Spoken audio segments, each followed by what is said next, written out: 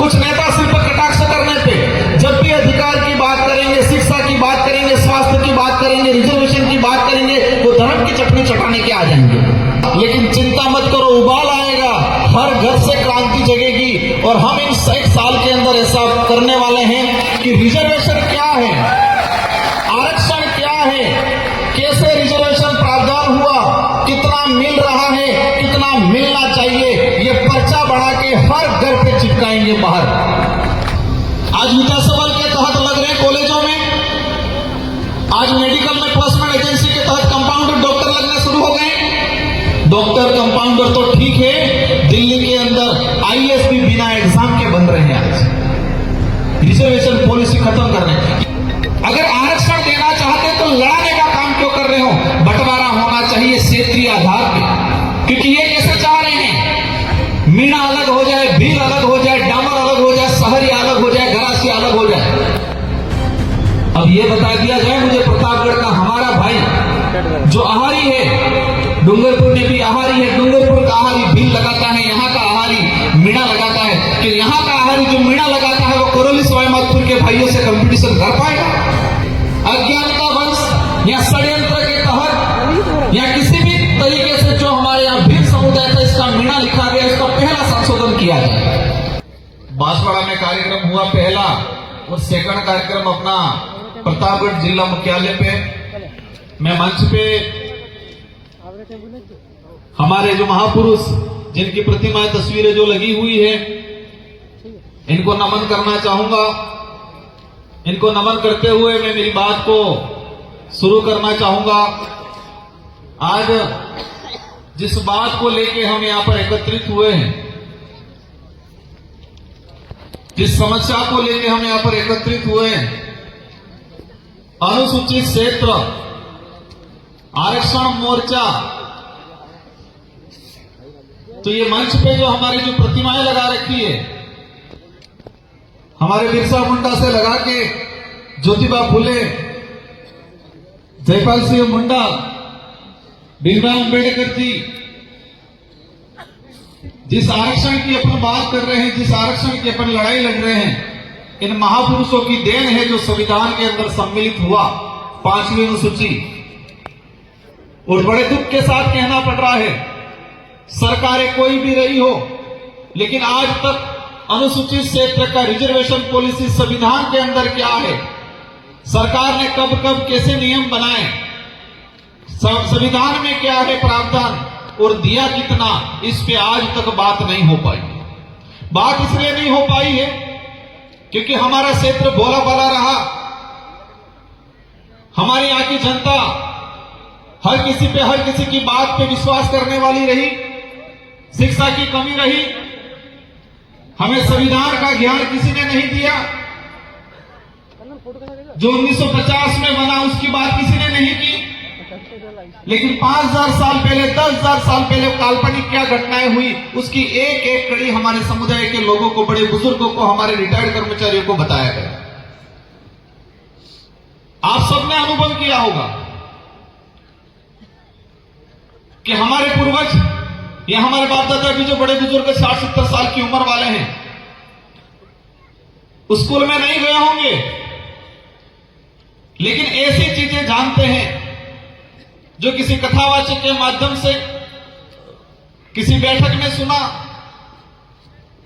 जो 800 साल पुराना काल्पनिक घटना का एक एक कड़ी जानकारी में है, लेकिन संविधान के अंदर हमारा अधिकार किस अनुच्छेद में है उसकी बात किसी ने नहीं की, नहीं हमको बताया गया।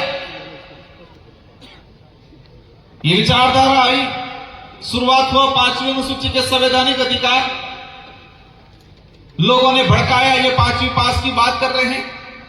हमारे बड़े बुजुर्ग कहने लगे 5वीं पास, क्योंकि हमारे बड़े बुजुर्गों को 5वीं अनुसूची क्या है वो नहीं बताया किसी ने, नहीं पाठ्यक्रम में पढ़ाया जा रहा है। स्कूलों का जो पाठ्यक्रम है, उस पाठ्यक्रम में ट्राइबल के कितने राइट्स हैं, संवैधानिक अधिकार क्या हैं, वो नहीं पढ़ाया जा रहा है। कहीं पढ़ा भी दिया जाता है, 1 या 2 लाइन में सिमट दिया जाता है। आज बड़े दुख के साथ कहना पड़ रहा है कि हमारे साथ जितना जो अन्याय हुआ है, मैं कई बार कहता हूं कि पहले तलवारों से तीर कमानों से लड़ाइयां लड़ते थे, तलवारों से तीर कमानों से अत्याचार होता था, शोषण होता था, लेकिन आज कागज और कलम में अत्याचार हो रहा है हमारे साथ। कलम के माध्यम से कागजों में हो रहा है और वो हमें एहसास भी नहीं हो रहा है। जब सुप्रीम कोर्ट ने कहा कोटे में कोटा,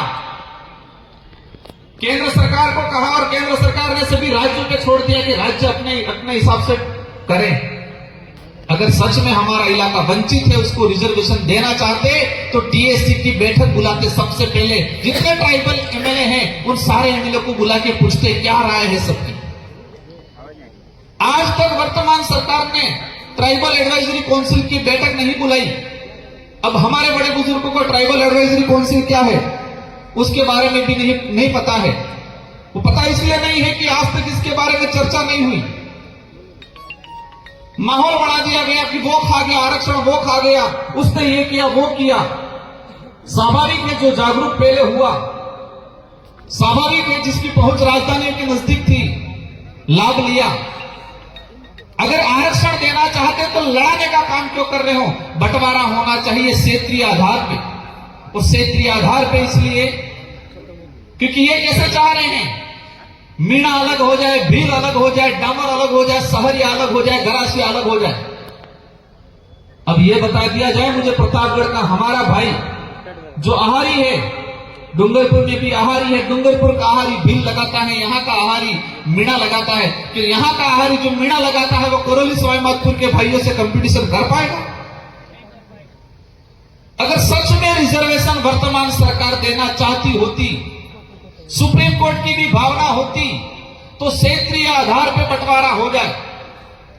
इस क्षेत्र में हमारी सबसे पहली मांग यह है, अज्ञानता वंश या षड्यंत्र के तहत या किसी भी तरीके से जो हमारे यहां भील समुदाय था इसका मीणा लिखा गया, उसका पहला संशोधन किया जाए।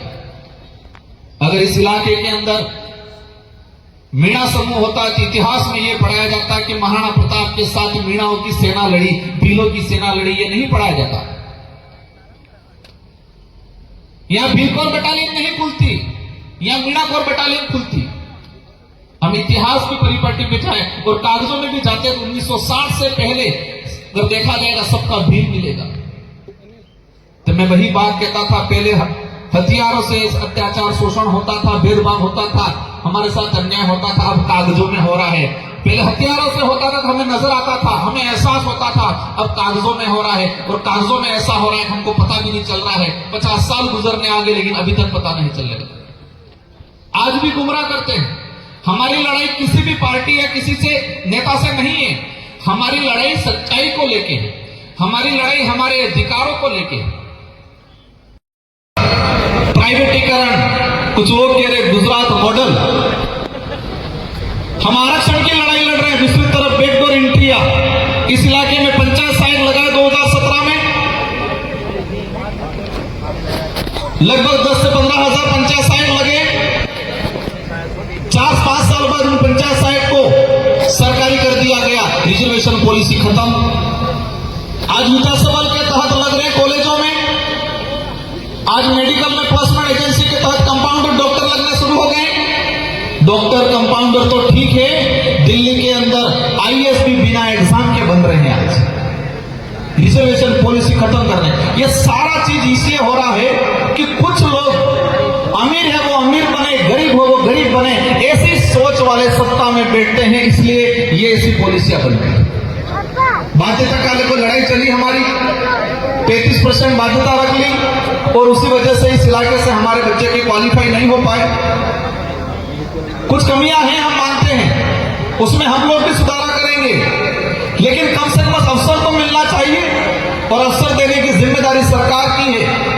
और हमारे वर्तमान में देखा गया है, मैं इस मंच से नहीं कहना चाह रहा था लेकिन बात निकल गई, इसलिए कुछ नेता सिर्फ कटाक्ष करने पे, जब भी अधिकार की बात करेंगे, शिक्षा की बात करेंगे, स्वास्थ्य की बात करेंगे, रिजर्वेशन की बात करेंगे, वो धर्म की चटनी चटाने के आ जाएंगे हर मुद्दे पे। जब भी इस इलाके का कोई भी नेता, आम जनता अधिकार की, स्वास्थ्य सुविधाओं की बात करेगा, रिजर्वेशन की बात करेगा, न्याय की बात करेगा, धर्म की चटनी चटाना आ जाती है।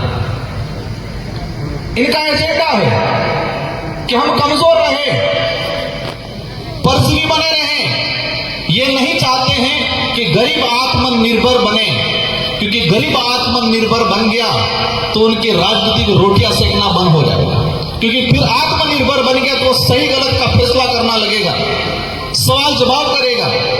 इसलिए सारे साथियों की जिम्मेदारी है कि ये लड़ाई मेरे अकेले की, इस मंच पे विराजमान ये जो जनप्रतिनिधि हैं, जो विधायक जी, इनके अकेले की नहीं है, हम सबकी लड़ाई है। और उस लड़ाई को संवैधानिक तरीके से लड़ना है। कुछ लोग सोचते होंगे कि संगठन चल रहा है, रैलियां निकाल रहे हैं, क्या होगा, लेकिन चिंता मत करो, उबाल आएगा, हर घर से क्रांति जगेगी। और हम इन 1 साल के अंदर ऐसा करने वाले हैं कि रिजर्वेशन क्या है, आरक्षण क्या है, कैसे रिजर्वेशन प्रावधान हुआ, कितना मिल रहा है, कितना मिलना चाहिए, ये पर्चा बढ़ा के हर घर पे चिपकाएंगे बाहर, हर घर के बाहर।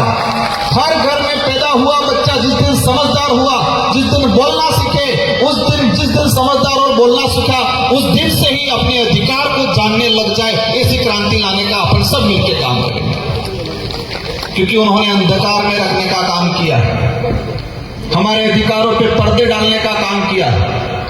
इसलिए हम मुहिम छेड़ेंगे अपन सब मिलकर, आप सबके साथ सहयोग से, जो घर में बैठे हैं, क्योंकि आज माहौल बना हुआ है। किसी सरकारी कर्मचारी के परिवार से कोई यहाँ पर आ जाए तो उसका ट्रांसफर हो जाता है, कहते हैं। पर एक बात समझना, जितने नेता, कर्मचारी, अधिकारी को जो न्याय की बात करता है, जो समाज की बात करता है, जो अधिकार की बात करता है, उस कर्मचारी को ट्रांसफर, परेशान करने का काम करते हैं।